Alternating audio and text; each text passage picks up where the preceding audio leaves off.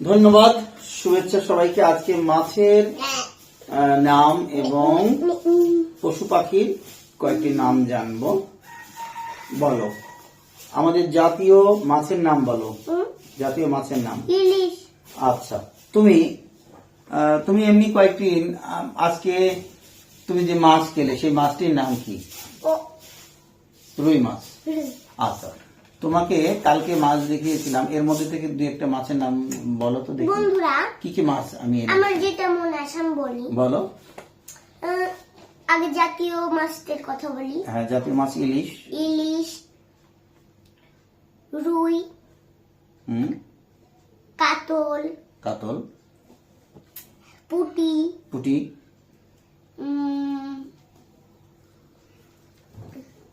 তারপর আর কি মাছ? কালকে কি মাছ নিয়ে আসলাম সেটার মধ্যে থেকে একটা বলো, তুমি তো দেখলে। পুঁটি। হ্যাঁ, সরপুটি, পুঁটি মাছ। তো তুমি আরেকটি মাছের নাম বলো দেখি। তুমি শিং মাছ। শিং মাছ, এই তো। এরকম কই মাছ আছে, নানা রকম মাছ আছে।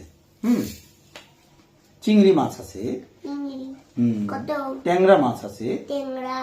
আর হচ্ছে এইবার তুমি ধরো মাছের নাম কয়েকটা বললে, এইবার তুমি পশু পাখির মধ্যে থেকে কয়েকটি পাখির নাম বলে শেষ করো। আজকে কয়েকটি পাখির নাম বলো, পশু পাখি যাই হোক তুমি বলো কোনটা পাখি কোনটা পশু, এরকম করে আমাদের জাতীয়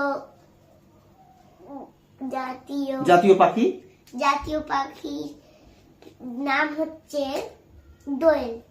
তারপর আর দিকটি বলো। বাবা শোনো, আমি পশু নিয়ে কথা বলি। আচ্ছা, পশু নিয়ে বলো। পাখি তুমি পারো না? পাখি পারি তো বলো, আর দুই চারটা বলো। পশুটা বলি। আগে পাখি বলো। দোয়েল, কোয়েল, ময়না, টিয়া। ঠিক আছে। শালিক, মাছরাঙা।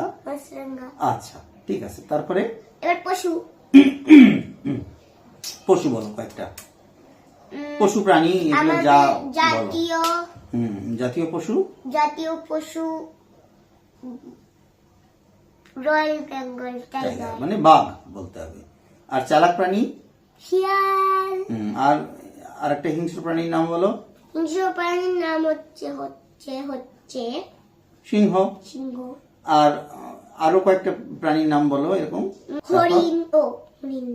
হরিণ শান্ত প্রাণী আর কি। বাদর। হ্যাঁ, আর ধরো গৃহপালিত দু একটি বলো তো।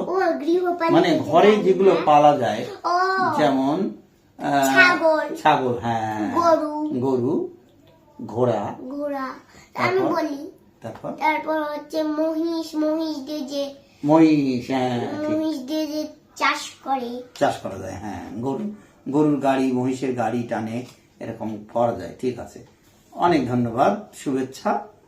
আজকের মতো এখানেই রাখছি।